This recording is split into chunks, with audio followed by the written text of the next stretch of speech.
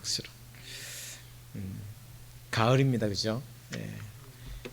새벽에는 아침에 새벽에 좀 이렇게 기도하러 나오다 보면 춥다, 반팔이 안 되겠구나 이런 생각이 들 때가 있습니다. 저녁에도 좀 선선하고 낮과 밤의 기온차가 굉장히 많이 납니다. 그런데 이 가을에는요, 낮과 밤의 기온차가 많아야 곡식이 정말 잘 익습니다. 특별히 저도 어릴 때 이제 사과 농사를 이렇게 지을 때는 보면 이렇게 낮에는 따가운 햇살이 있어야, 저녁은 또 차가워야 이렇게 잘 맛이 있어집니다. 특별히 이제 저희 그 사과밭에는 부사도 있었지만 국광이라는 것이 있었는데, 국광 들어보셨는지 모르겠는데 그 국광도 마찬가지입니다. 기온차가 확실히 나지 않으면 이 맛이 덜 들어요. 그래서 기온차가 나기를 바라는 농부들의 마음을 어릴 때 제가 좀 배웠던 적이 있습니다. 어쨌든 가을은 추수의 계절이며 또 열매의 계절이다, 열매를 거두는 계절이다라는 생각합니다. 그런 의미에서 제가 오늘 본 말씀을 통해서 신앙의 열매를 어떻게 거둘 것인가, 신앙의 열매는 어떤 과정을 거쳐야 되는가, 마음의 자세는 또 어떠해야 되는가 라는 생각을 해보면서 이 말씀을 묵상했습니다. 첫 번째, 오늘 본 말씀 보시면 7절에 이렇게 성경은 기록하고 있습니다. 갈라디아서 7절 말씀을 다시 한번 살펴보도록 하겠습니다. 6장 7절에 같이 봉독하겠습니다. 시작. 스스로 속이지 말라. 하나님은 업신여김을 받지 아니하시나니 사람이 무엇으로 심든지 그대로 거두리라 말씀하고 있습니다. 첫 번째는 너무 잘하는 말씀이지만 심은 대로 거둔다라는 것입니다. 신앙도 마찬가지입니다. 세상의 모든 것도 심은 대로 거두는 것이 자연이죠. 그죠? 자연의 법칙이, 하나님 지으신 자연이 심은 대로 거두는 것이 당연한 거죠. 그죠? 여러분, 얼마 전에 우리 다부의 새로 새 신자이신 우리 추인철, 우리 이현숙 성도님 가정 이제 고구마를 이렇게 저희들 선물 조금 이렇게 해주셨어요. 여러분, 고구마를 심었는데 감자가 나진 않거든요. 그죠? 감자를 심었는데 고구마가 나진 않습니다. 콩 심은 데 콩 나고 파 심은 데 팥 나는 것은 망고의 진리입니다. 이것은 열매도 그렇지만 우리의 인생도 똑같습니다. 우리의 신앙도 똑같습니다. 신앙에 있어서 팥을 심었는데 콩이 난다라는 것은 있을 수가 없다라는 것입니다. 그런데 이 열매의 법칙, 수학의 법칙, 심은 대로 거둔다라는 이 법칙을 많은 사람들이 무시해버리는 경향이 많습니다. 그래서 특히 우리 한국 사회가 점점 무슨 일이 벌어지냐면 한탕주의, 일확천금을 노리며 사는 사람들이 점점 많아지고 있다는 거죠. 특별히 최근에 불거진 이 대장동 사건 보면 부동산 투기지 않습니까? 불과 정말 얼마 투자하지 않고는 수백 배의 열매를 거두는 거예요. 그러니까 투자하는 사람들이 1억을 투자하고 뭐 수천억을 1000배 이상의 수입을 올리는, 이게 상대적인 박탈감이 생길 수밖에 없는 거예요. 조금 심한 말로 하면 X는 이렇게 해가 벌고 우리는 뭐지? 나는 뭐지? 이런 허탈감이 밀려오는 것이 이런 모습이에요. 그런데 만약에 여러분 스스로에게도 한번 생각해 보십시오. 나에게도 그런 기회가 주어지면 내가 가만히 있겠냐? 그죠? 영혼을 끌어서라도 투자하려고 하지 않겠냐? 그러나 이것이 잘못되었다라는 것을 말씀이 이야기하는 거예요. 심은 대로 거둘 수밖에 없는 것이 인생의 법칙이고 신앙의 법칙이고 자연의 법칙인데 많은 사람들이 거기에 매여 있기 때문에 신앙도 그렇게 생각해 버리기 때문에 문제가 생긴다라는 것입니다. 예수 믿으면 로또가 생기는 게 아닙니다. 로또가 당첨되는 것이 아닙니다. 교회를 다니면 일확천금이 생기는 것이 아니라는 것입니다. 신앙은 한탕주의가 아닙니다. 신앙은 하루아침에 일확천금이 생기는 것이 신앙이 아니라는 것입니다. 여러분, 마태복음 25장에 많은 비유가 있는데 그 비유 중에 하나가 뭐냐면 달란트 비유입니다.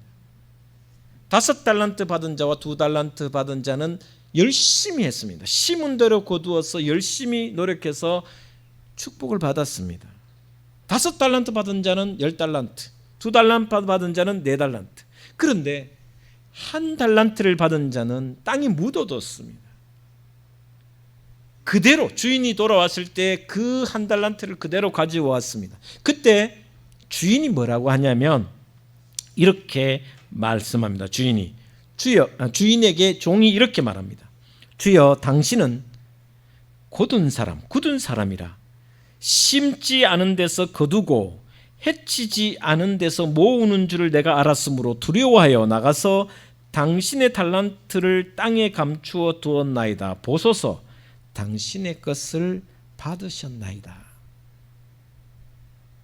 종이 주인에 대해서 어떻게 생각했냐면 당신 주인께서는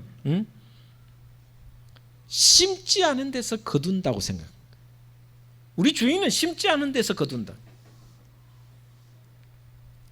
그러나 주인이 뭐라고 하냐면 악하고 게으른 종아, 심지 않은 데서 거둔다는 네 생각일 뿐이고 나는 강도가 아니다. 네가 나를 강도로 생각하는구나. 나는 심은 데서 거두는 것이 나의 원칙이라는 것을 분명히 주인이 종에게 이야기합니다. 심지 않은 데서 거두는 존재가 아니다. 그러나 너는 나를 심지 않은 데서 거두고 해치지 않는데 흩어놓고 모으는 그렇게 존재하는 사람이 아니다라는 것을 분명히 이야기하면서 악하고 게으른 종아라고 말씀하고 있습니다. 오늘 본 말씀도 마찬가지입니다. 심은 대로 거둔다라는 원칙을 이야기하면서 심은 대로 거두지 않는 신앙의 삶을 살아가는 자를 이렇게 이야기합니다. 하나님은 심은 대로 거두지 않는, 심은 대로 거두려고 노력하지 않는 그 사람을 두고 스스로 속이는 자며 하나님을 만홀히 여기는 자라, 그렇게 말씀하고 있습니다. 여기 스스로 속인다는 것은 자기를 기만하는 것이고 하나님을 속인다라는 것을 원어에는 뭐라고 하냐, 하나님을 모욕하는 자라 그렇게 얘기해요. 하나님을 만홀히 여긴다라는 우리의 표현대로 하면 하나님을 모욕하는 거예요. 하나님을 욕하는 거예요. 우리의 신앙의 삶에 신앙대로 열심히 노력하고 수고하고 봉사하고 섬기는 가운데 열매를 거둬야지. 전도의 열매도 똑같은 겁니다. 최선을 다해서 희생하고 배려하고 섬겨야 열매를 거두는 것인데 그렇지 않고 열매를 거두려고 하는 자는 하나님을 모욕하는 자라, 자기 스스로를 속이는 자라. 여러분, 구원은 하나님께서 주신 절대적인 은혜입니다. 공짜로. 내가 노력하거나 내가 수고하거나 내가 심어서 얻는 것이 구원이 아니라 하나님의 전적인 은혜로서 주어진 것이 구원입니다. 그러나 하나님이 주시는 축복은 나의 수고가, 희생이, 노력이 있어야 됩니다. 봉사와 섬김을 통해서 열매가 있는 것입니다. 교회의 부흥도 마찬가지입니다. 지금 코로나19로 인해서 한국교회가, 특히 우리 다른 교단도 마찬가지입니다. 작년 한 해에 11만 명의 숫자가 줄어들었습니다. 목회자 수는 200명이 늘어났습니다. 교회도 늘어났습니다. 아이러니하죠. 11만 명이면 엄청난 숫자예요. 200명 교회가 550개 정도가 사라졌다. 200명 되는 교회가 세워지기 위해서는 엄청난 노력과 수고가 필요한데 하루아침에 1년 만에 11만 명이 줄어들었습니다. 이것은 우리 교단뿐만 아니라 합동측이든 고신측이든 어느 교단이든지 지금 급격하게 지금 성도들이 줄어들어가고, 더군다나 더 심각한 문제는 30대 40대가 급격하게 줄어들었다. 그럼에도 불구하고 이런 아픔과 고통이 있는 교회, 한국교회 현실임에도 불구하고, 자, 코로나19가 유두 코로나로 갈 때 저는 분명히 고백합니다. 심은 대로 하나님이 복을 내려 주신다고 믿습니다.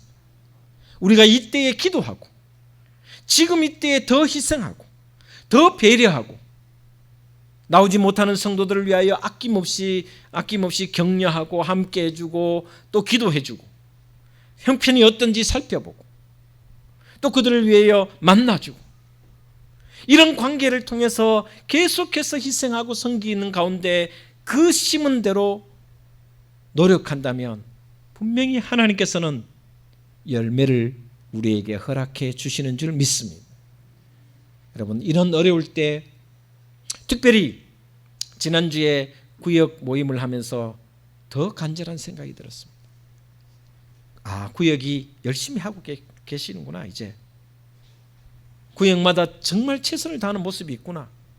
그래서 구역 나눔을 계속 좀 나누어서 함께 기도하면서 더 열심히 해야 되겠구나.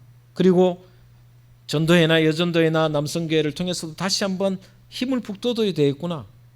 구역뿐만 아니라 연결된 모든 고리들을 네트워크 만들어서 더 섬기고 나누고 기도하는 일에 앞장서야 되겠구나. 여러분, 우리 둥지교회 모든 성도 여러분, 이 가을에, 이 추수의 계절에 여러분이 더 섬기고 더 나누어 신앙의 열매도, 여러분 개인의 신앙의 열매도 심은 대로 거두는 축복을 누리시고, 우리 둥지교회도 심은 대로 거두는 축복을 누리는 그런 복된 교회 여러분의 신앙이 되기를 주의 이름으로 축원을 드립니다. 두 번째, 오늘 본 말씀에 8절 말씀에 이런 말씀이 있습니다. 같이 한번 봉독하겠습니다. 8절 말씀입니다. 시작. 자기의 육체를 위하여 심는 자는 육체로부터 썩어질 것을 거두고, 성령을 위하여 심는 자는 성령으로부터 영생을 거두리라. 할렐루야. 여기서 두 가지가 있습니다. 오늘 이 본 말씀은 갈라디아 교회를 향해서 바울이 쓴 편지입니다. 세상 사람들에게 쓴 편지가 아니라 갈라디아 교인들을 향해서 쓴 것입니다. 그런데 두 부류가 있다라고 이야기합니다. 열심히 살아가긴 살아가되 심은 대로 거두긴 거두되, 뭘 위해 거두냐면 육체를 위하여, 썩어질 육체를 위하여 거두는 사람이 있는 반면에 영생을 위하여 거두는 그리스도인이 있다라고 이야기를 합니다. 다시 말하면 갈라디아 성도들 중에 육체를 따라 심는 자도 있고 성령을 쫓아 심는 자가 있다라고 이야기하고 있습니다. 그것을 육에 속한 그리스도인, 영에 속한 그리스도인이라 분류할 수 있습니다. 오직 육체를 위해 심는 사람은 그리스도인임에도 불구하고 그는 본능대로 살아가는 사람이라고 할 수 있습니다. 자기 육신을 위해서만 살아가는 사람이라고 이야기할 수 있습니다. 그런데 뭐라고 말씀하시냐면, 육체를 위하여 살아가는 사람은, 육체를 위하여 열심히 심는 자는 결국은 썩어질 것을 거둔다라고 이야기하고 있습니다. 잘 아시다시피 그럼 만나를 한번 생각해 보십시오. 쓰레급한 이스라엘 백성들에게 하나님께서 매일매일 만나를 주셨어요. 그런데 만나를 거두러 가는 사람들이 자기 분량 이상을 거두어 가면 다 썩어버렸어요. 이게 영적인 거예요. 육체를 위하여 심는 자는 결국은 썩어질 것을 거둘 수밖에 없다라는 것을 분명히 밝혀주고 있습니다. 그러면서 하시는 말씀이 육에 속한 그리스도인은 그런 모습이지만 영에 속한 성령에 이끌려 살아가는 사람, 성령을 위하여 심는 자는 영생을 거둔다라고, 썩어질 것이 아니라 영생을 거둔다라고 이야기해 주고 있습니다. 저와 여러분, 이 가을에 썩어질 것을 거두는 것이 아니라 성령을 심어 성령에 이끌려 성령의 비전에 따라 정말 영을 심는 그런 삶을 살아 하나님의 영이 여러분을 통하여 감사와 기쁨이 넘치는 영생의 축복을 누리는 복된 삶 되시기를 주의 이름으로 축원을 드립니다. 열심히 노력하고 휴식도 없이 내 몸을 상해가면서 열심히 노력했는 결과가 결국은 육을 위한, 썩어질 것을 위한 것이라면 물론 우리가 최선을 다해야 됩니다. 나의 가정을 위해서, 나의 자녀를 위해서, 나 자신을 위해서 열심히 살아야 됩니다. 그러나 그 궁극적인 목적이 육신을 위한 것이 아니라 영을 위한, 영생을 위한 것이라는 것을 오늘 본 말씀에 가르쳐 줍니다. 여러분이 최선을 다하고 희생하고 수고하고 또한 열심히 심는 것이 무엇을 위한 것인가를 성찰하고 반성하는 이 가을이 되었으면 좋겠습니다. 나는 정말 무엇을 위해 심고 있는가? 나는 육체를 위하여 심고 있는가? 영생을 위한, 성령을 위하여 심고 있는가?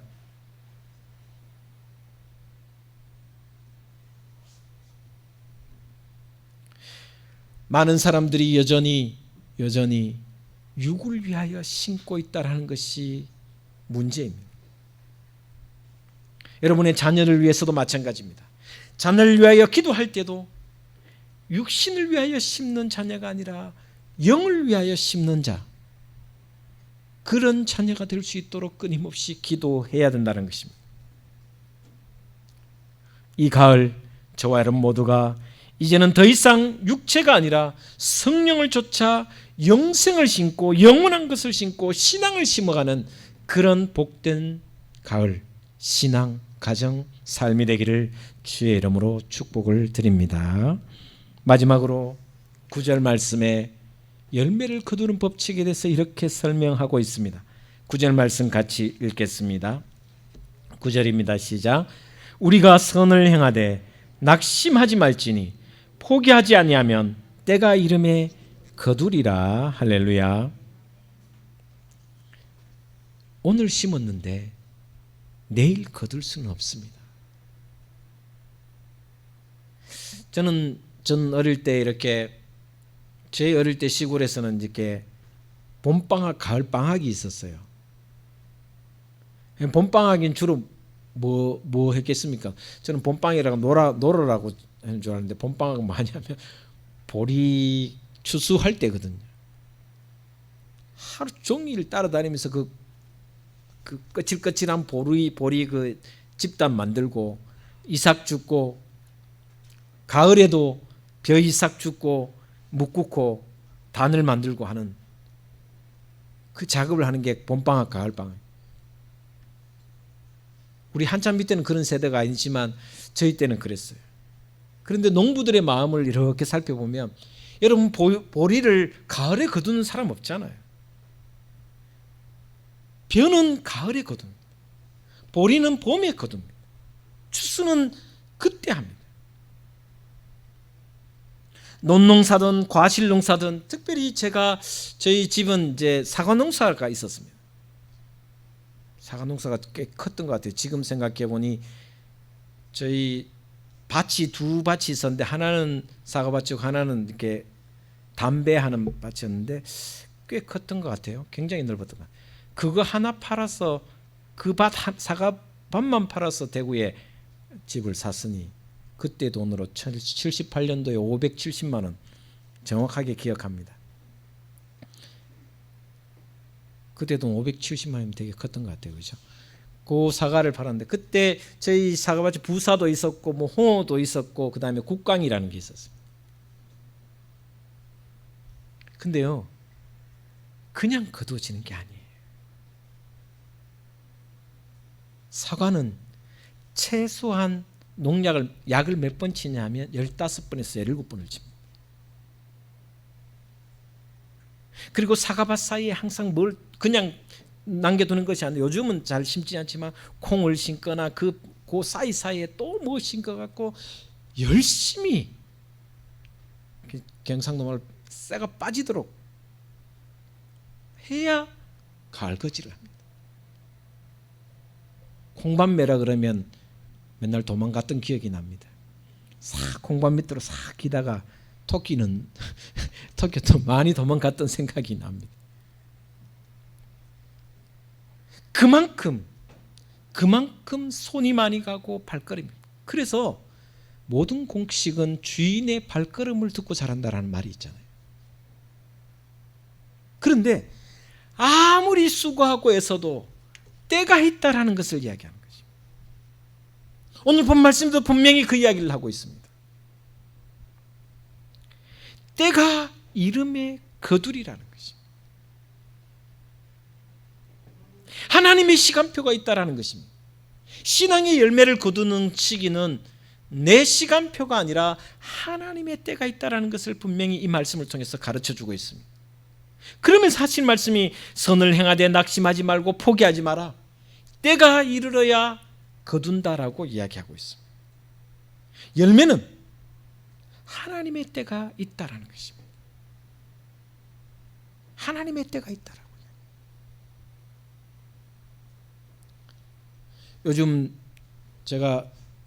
요즘은 우리 지금 코로나19로 인해서 안 나오신 분들이 꽤 있는데 김태복 씨가 있습니다. 여기 다시 여기 미주 병원으로 오셨어요. 통화도 하고 그전에는 통화도 안 됐어요. 코로나19 한참일 때는 통화도 안 됐어요.